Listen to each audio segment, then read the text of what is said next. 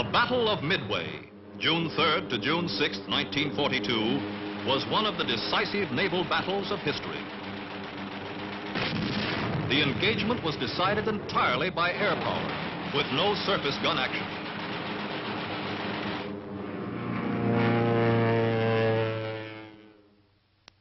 At Midway, the Japanese repeated the pattern of the Coral Sea 1 month before. They approached in widely separated groups, seeking to draw out the American forces, and included a secondary operation, the Aleutians. The Doolittle raid on Tokyo of April 18, 1942, strongly influenced Japanese plans. The Japanese High Command accelerated their advance into the Solomons and New Guinea. Further advances were planned to include New Caledonia, the Fiji Islands, and Samoa. These to be followed by the capture of the strategic island of Midway and the occupation of the Aleutians. Many of these objectives had been set forth in previous plans. But the Battle of the Coral Sea had checked the Japanese advance southward by sea. The advance to the eastward was then ordered by Imperial headquarters. Thus, the lines of American communication would be cut, the areas west of Pearl Harbor would be denied, the balance of naval power in the Pacific would be upset. The Japanese Commander-in-Chief Combined Fleet felt that as a result of Pearl Harbor, the American fleet was temporarily inferior. But the American industrial potential made a fleet action imperative on the part of Japan. The approaches to Japan must be strengthened. By departing from their established naval policy of holding their fleet in Japanese-controlled waters and threatening something the Americans prized, the Americans might then feel compelled to commit their weaker forces and thus be brought to a vulnerable position. Thus, he hoped to bring off a decisive battle near Midway. Preceding the Midway attack by 1 day, there was to be reconnaissance in force against Dutch Harbor, which was to be struck a paralyzing blow to cover the seizure of Edak, Kiska, and Attu.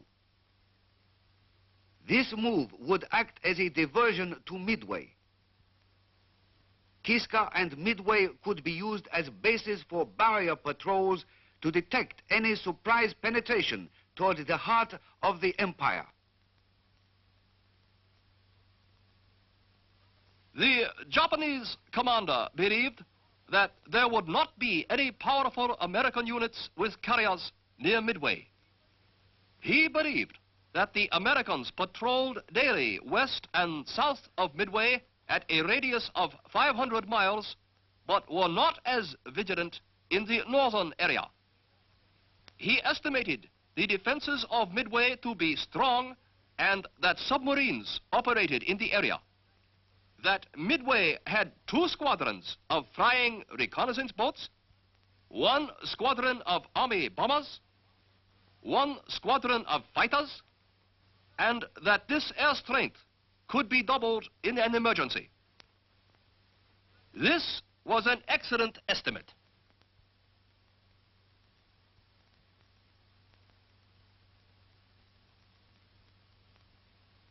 Here is the Japanese commander's estimate of the American surface units in the Hawaiian area. He estimated 2 to 3 carriers. Actually, there were 3. He also estimated 2 to 3 special carriers and 2 battleships, but there were none in the Hawaiian area. He estimated 4 to 5 heavy cruisers, when actually there were 7. 3 to 4 light cruisers, there was only 1, and 4 very light cruisers, of which none were present. His estimate of 30 destroyers was correct, but at the time of the battle, only 14 were in the Midway area. His estimate of 25 submarines was correct.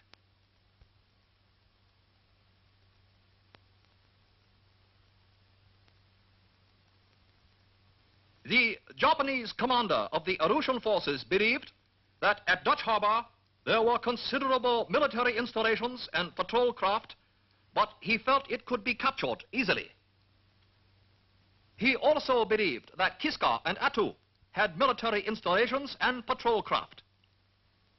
He estimated that normally there were 20 patrol planes and 10 fighters at Dutch Harbor, that 2 squadrons of patrol planes were in Kodiak and 1 squadron at Sitka.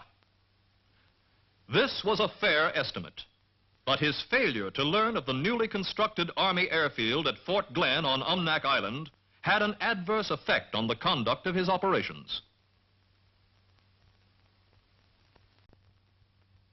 All the Japanese fleets, including the naval air fleets, but excepting the China Seas Fleet, were under the command of the Commander-in-Chief Combined Fleet, Admiral Isoroku Yamamoto.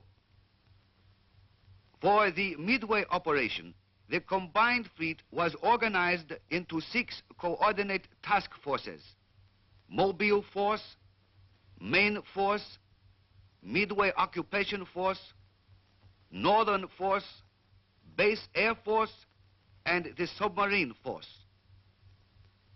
The strength of these task forces was as follows.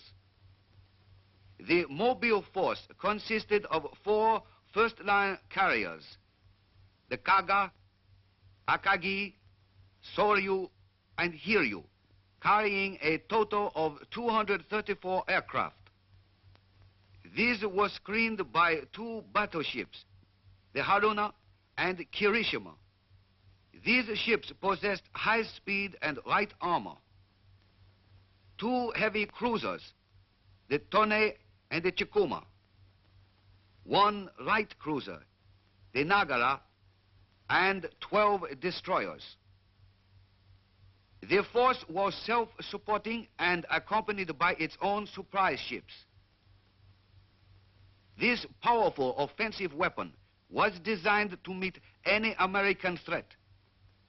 But in spite of the lesson of the Coral Sea, the Japanese did not feel the need of more ships for anti-aircraft fire. The main force was composed of 1 aircraft carrier, the Zuiho, 7 battleships, the Nagato, the Mutsu, the Ise, the 65,000-ton Yamato, the Hyuga, the Fuso, and the Yamashiro. 3 light cruisers, the Kitagami, the Oi, and the Sendai. 15 destroyers, and 4 supply ships.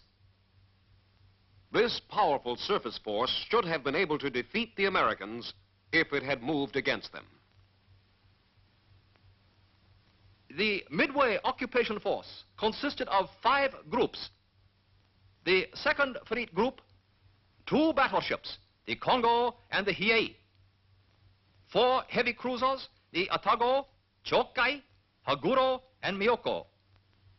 1 light cruiser, the Yuri, 7 destroyers, and 3 supply ships.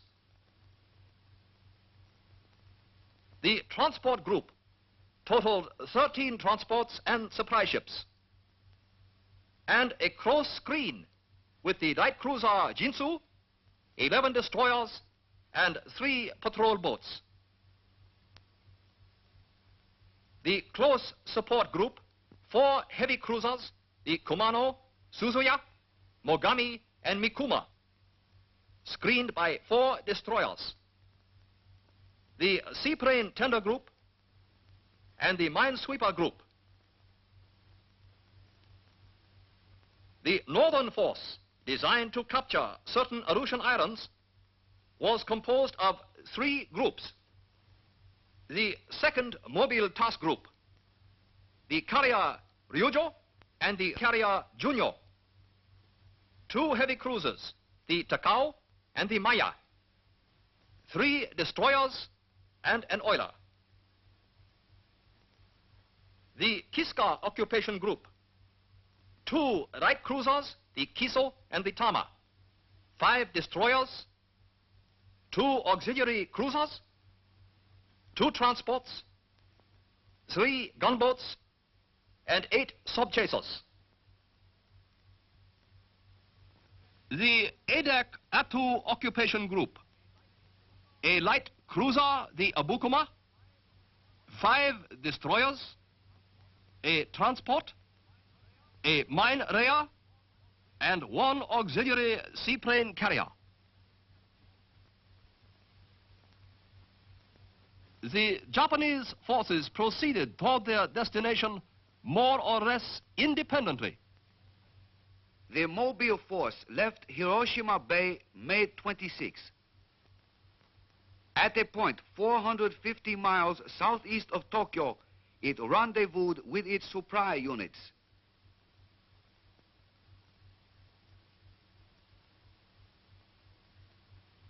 On June 3rd, it was 600 miles northwest of Midway.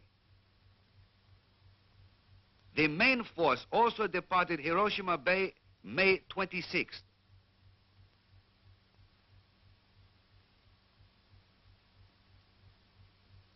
On June 3rd, the main force divided into 2 groups. The main group and the Aleutian support group, which headed toward the Aleutians. The Midway occupation force left Japanese waters in widely separated groups. The minesweeper group departed Saipan May 25th for Midway via Wake Island.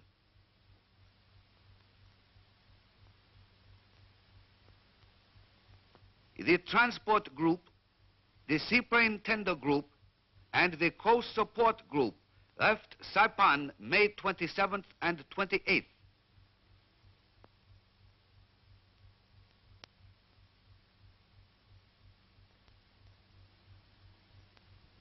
The Second Fleet Group left Japan May 28th.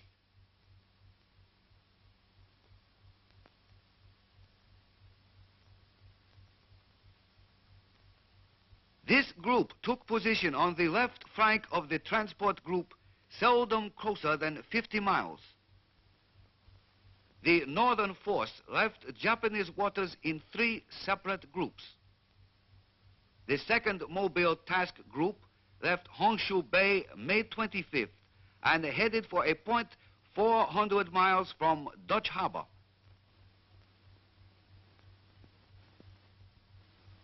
The Kiska occupation group left Honshu Bay on May 27th for Paramushiroto and from there departed for Kiska Island on June 1st. The Edak Atu occupation group left Honshu Bay on May 28th for the Aleutian waters.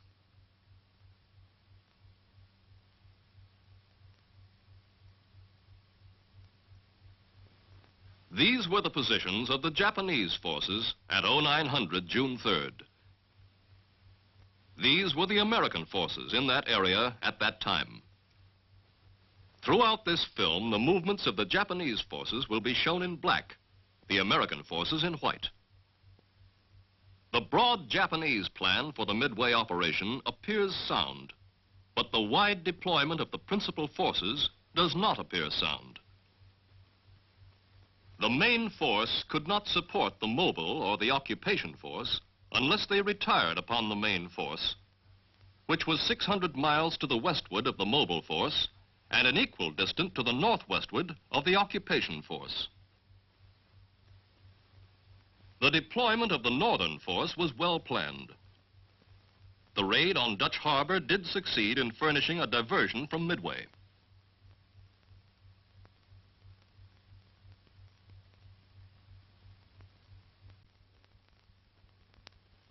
Admiral Chester W. Nimitz, Commander-in-Chief, U.S. Pacific Fleet, CINCPAC, was directed on April 3rd to assume command of all the armed forces in the Pacific Ocean area. Early in May, intelligence reached CINCPAC that caused him to believe the Japanese planned an invasion thrust at Midway and the Aleutians early in June. This information was remarkably complete. SINCPAC not only considered that he knew of the projected operations, but also he had quite comprehensive information of the strength of Japanese forces involved, their general direction of approach, and the approximate date on which each phase of the operation was to be launched.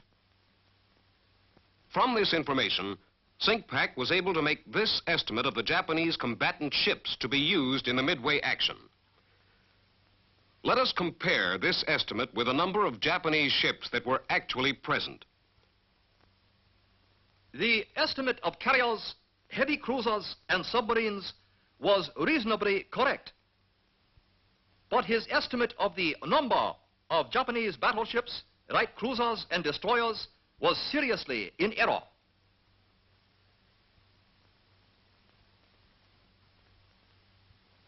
Commanding Officer Naval Air Station, Midway, expected that the Japanese carriers would not launch their planes at a greater distance than 200 miles.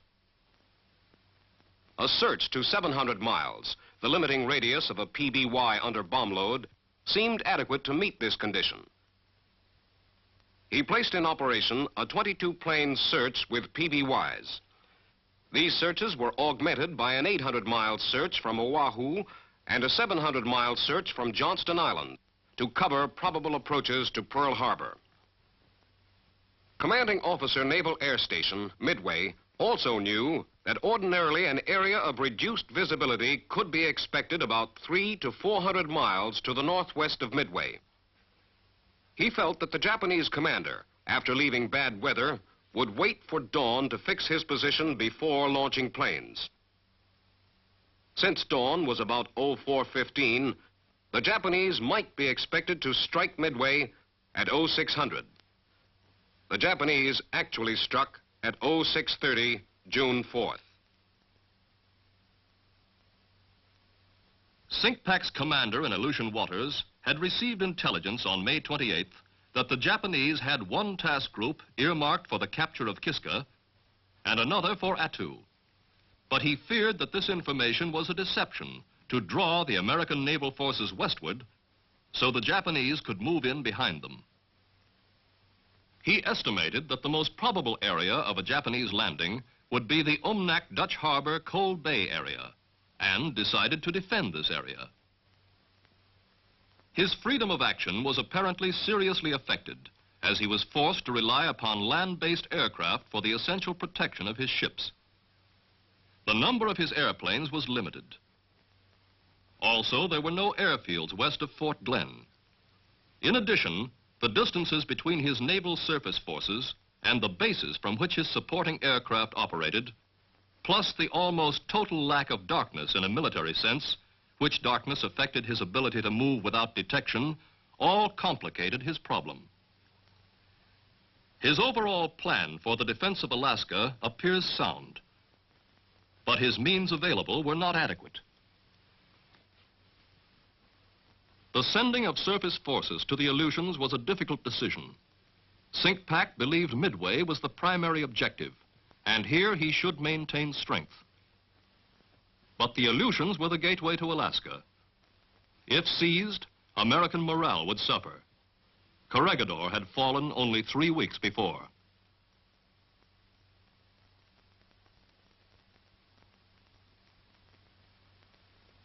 On May 12th, Commander-in-Chief U.S. Fleet, Cominch, and Chief of Staff, U.S. Army, informed all subordinates that area boundaries should in no way restrict operations aiding the common cause.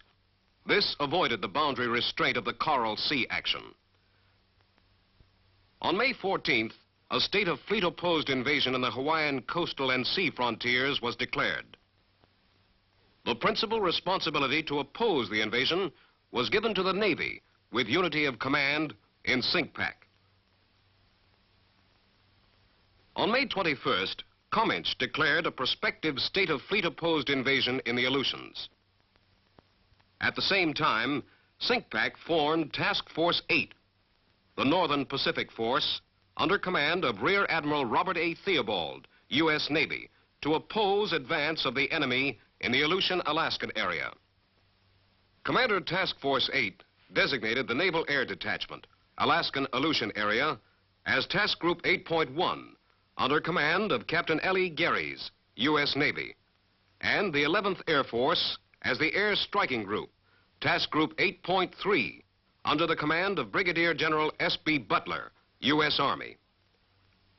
This was not in accordance with the Joint Chiefs of Staff directive that, in order to obtain unified air operations, Commander Alaskan Army Air was to command all Army and Navy air groups in Alaska. By this division of command, unity of command of all air forces in Alaska ceased to exist. Task Force 1, composed of the old battleships, was located at San Francisco. It took no active part in the battle.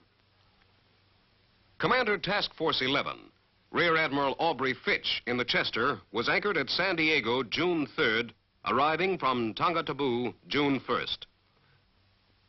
Task Group 11.1, the carrier Saratoga, the cruiser San Diego, and 4 destroyers were en route toward Pearl Harbor, commanded by Captain D.C. Ramsey, U.S. Navy, in the carrier Saratoga. Task Force 7, the submarine force, was divided into Task Group 7.1, the Midway patrol of 12 submarines. Task Group 7.2, the support patrol of 3 submarines. Task Group 7.3, the Oahu patrol of 4 submarines. Commander Task Force 7 was Rear Admiral Robert H. English, U.S. Navy. He stationed his submarines as indicated because SINCPAC's intelligence pointed to a Japanese attack through the northwest quadrant. Task Force 16, under the command of Rear Admiral Raymond A. Spruance, had been recently recalled to Pearl Harbor from the South Pacific area.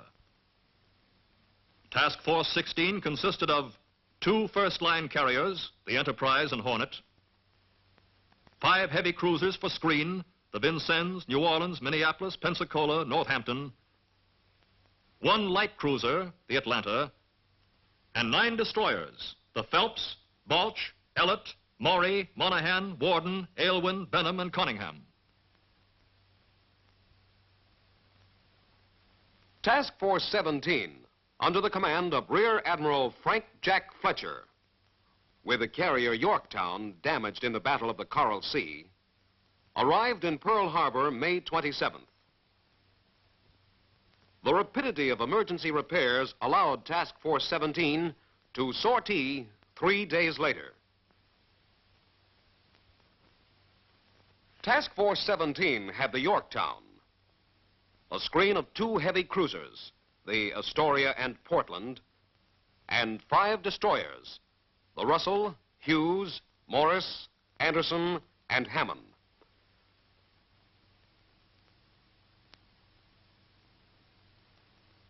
Task Force 16 sortied from Pearl Harbor May 28th. Task Force 17 sortied May 30th. Task Force 17 rendezvoused with Task Force 16 June 2nd. On June 3rd, they were 320 miles from Midway. The 2 task forces operated independently. It was then believed that a 1-carrier task group could maneuver better under air attack and avoid collisions. This striking force, Task Force 16 and Task Force 17, was the main opposition to the seizure of Midway. Its air groups were well trained, although the Hornet crew lacked combat experience in the Pacific. SINCPAC placed this striking force where he could either outflank the expected Japanese forces or transfer it to the Aleutians. Comminch directed SINCPAC to oppose the Japanese forces by attrition tactics only and not to unduly risk cruisers and carriers. In compliance, SINCPAC directed his striking force commanders to be governed by the principle of calculated risk, the avoidance of exposure to attack by superior forces without good prospect of inflicting greater damage to the enemy.